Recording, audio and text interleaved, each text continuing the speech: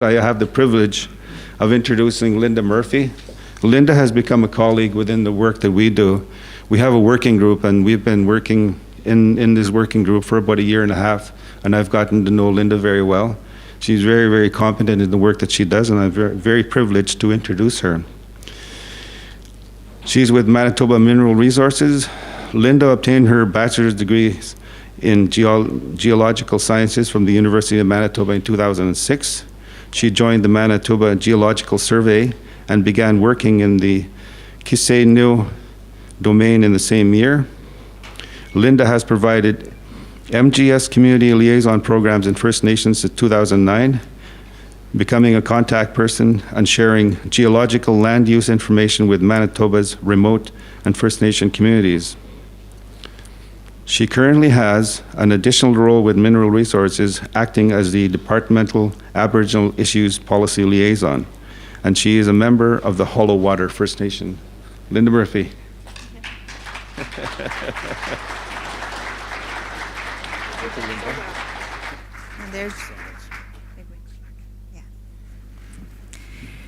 Okay, so now we've had talking that were people who could speak from notes, and we're going to go back to PowerPoint and on topics that many people find extremely boring. So, and I'll admit that. I went forwards when I just want to go back. There we go. So my talk is going to be on our working group, the IMAC Working Group's permitting workshop that we held in September. One of the reasons we wanted to do a permitting workshop is to bring everybody together from all the different departments and talk about what the permitting is from their perspectives. As if we are in the working group don't understand the permitting process, how do we impart that knowledge to anyone else? And also, if we don't understand it, we can't affect positive change. So that was the purpose of bringing everybody together, and thankfully everyone from Conservation came, and Aboriginal Northern Affairs and at Mineral Resources, the right people showed up to give presentations. Now this is what I think of, you know that saying how this is what we think we do, this is what your mom thinks you do, and this is what your friends think you do and what you really do. So this is how I think government sees mineral resources mining cycle. You start prospecting a claim, you go through exploration, advanced exploration, environmental approvals, you go all the way to remediation, and underlying everything is Crown Aboriginal consultation. So that's how government sees ourselves, right? So to everybody else, it's not so clear. It becomes a little bit foggy. And then when we start adding a permitting process that not everybody understands fully, then it becomes a little bit more jumbled. So what we wanted to do was have that workshop so that we could set it straight and bring ourselves back to that same, there's a few curves in the road, but we're working on them. Now what we're going to talk about today a little bit more than the rest. The rest of it is pretty much the majority of permits would be starting from the prospecting, exploration, advanced exploration, and maybe a little bit to environmental approvals, because the majority of work happens at that stage rather than the mining stage. Very few mines actually happen. So it's really important to understand the very beginning parts of that process. So consultation underlies everything, and I want to read it very carefully. The Government of Manitoba recognizes that it has the duty to meaningfully consult with First Nations, Métis communities, and other Aboriginal communities when any proposed provincial law, regulation, decision, or action may infringe upon or adversely affect the exercise of an Aboriginal right or treaty right of that Aboriginal community. It's a long sentence, and ultimately the duty of the Crown arises from that recognition and that affirmation of treaty and Aboriginal rights under Section 35 of the Constitutional Act in 1982. It's really important to follow that. So the consultation leads for the mineral resources is the lead department for Crown Aboriginal consultation on mineral exploration licenses and work permits. They're also the lead for Environmental Act licenses for mine development. And then when it becomes really complex, where there's multi-stakeholders, Aboriginal and Northern Affairs, the Aboriginal Consultation Branch, is Manitoba's coordinating body for Crown and Aboriginal consultations. When things get big, they pull in the big guys, right? So what Aboriginal Northern Affairs also looks after are a number of agreements that overlie the land. These are layers of land use, right? So it has the negotiation and implementation of settlement agreements, the hydroelectric settlement agreements, and at some point these settlement agreements evolved into financial compensation and the development of resource management boards, which are for the most part co-management boards. And there's also treaty land entitlement that Aboriginal Northern Affairs administers. Not all First Nations received their full allotment of land when the treaties were signed. So Manitoba Natural Resources Agreement back in 1929 and 1930 acknowledged that. And there's 9 TLE agreements covering 29 entitlement First Nations, and those are the communities that have community interest zones that occur around them. So if you don't know what this community is, an entitlement community, if they have a community interest zone, they are. So these land agreements resolve impacts to land and people that are related to hydroelectric development on First Nations and other communities. There's, like I said before, financial compensation often involved, land and cooperative natural resource management, and depending on the agreement, Manitoba will transfer selected land for ownership, either as the fee simple, as in private ownership, or to Canada as reserved for First Nations. The resource management areas were also developed through these settlements, and the total area covered by RMAs, or resource management areas, is approximately 40 million acres. That's about 21% of Manitoba's total land base. And you can see them, is that there? Nope, I can't do that. I'm just gonna show them, and just in case, can you see them okay though? No, it's not working. Okay. I'll make do that you can see that there are these resource management areas. So it's to develop and implement land use and resource management planning. It facilitates decision making as co-managers with the resource management area. It's an important for resource management boards as their part in the role of advisors. So they'll advise the First Nations when dispositions come across, and they'll advise Manitoba as well. So they're very important to the consultation process as well.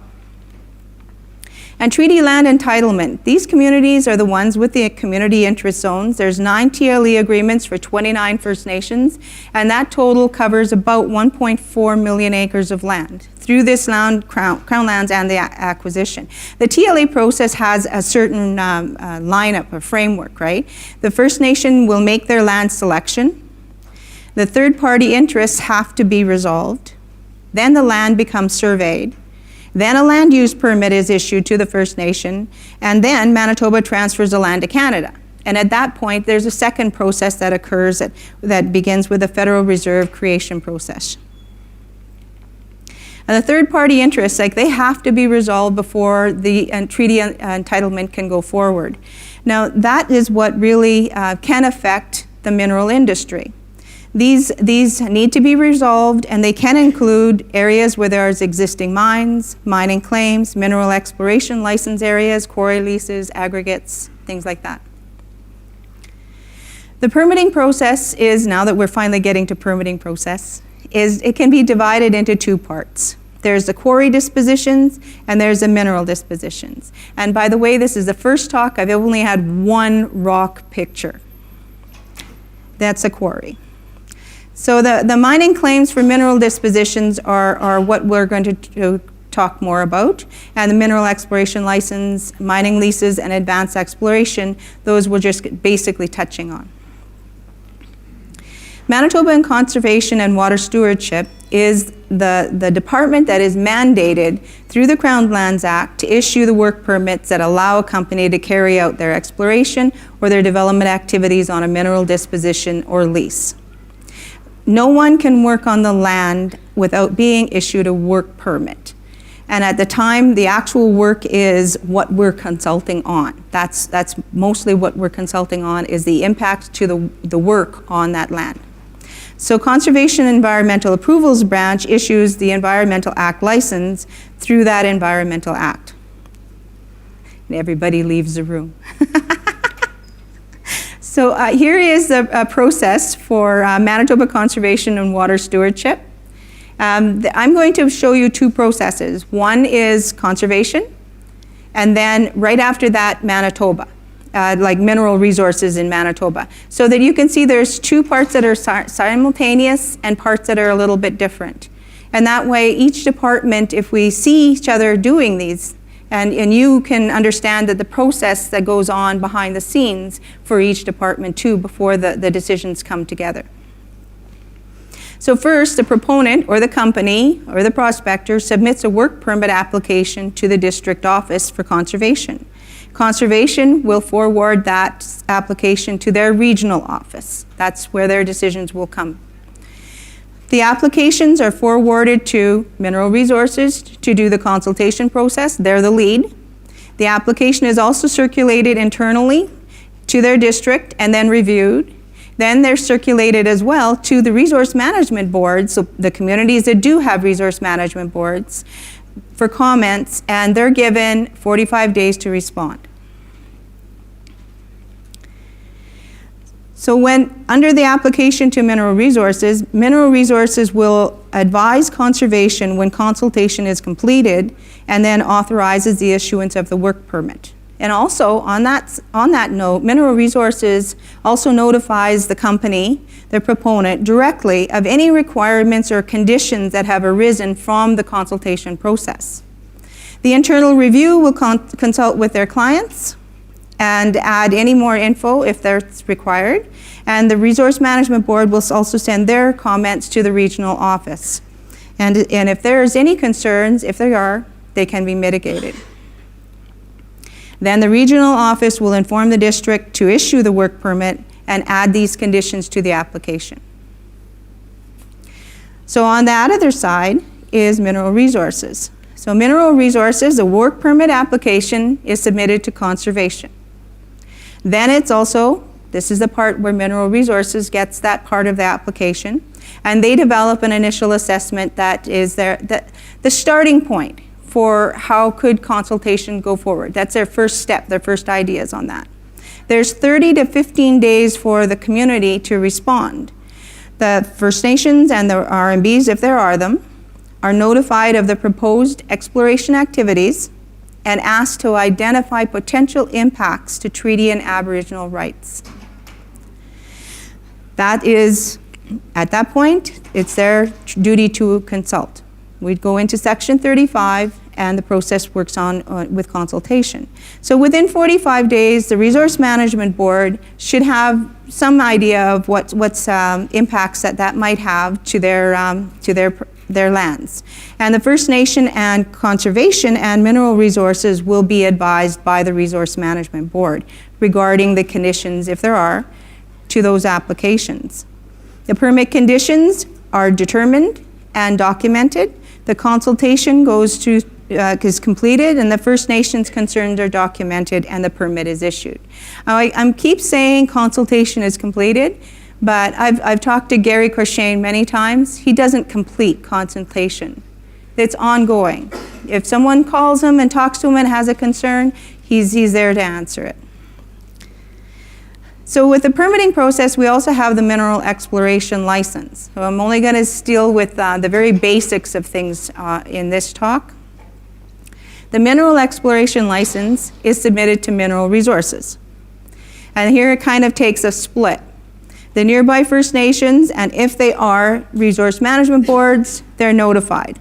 They have 30 days and another 15 to respond with any concerns that they might have.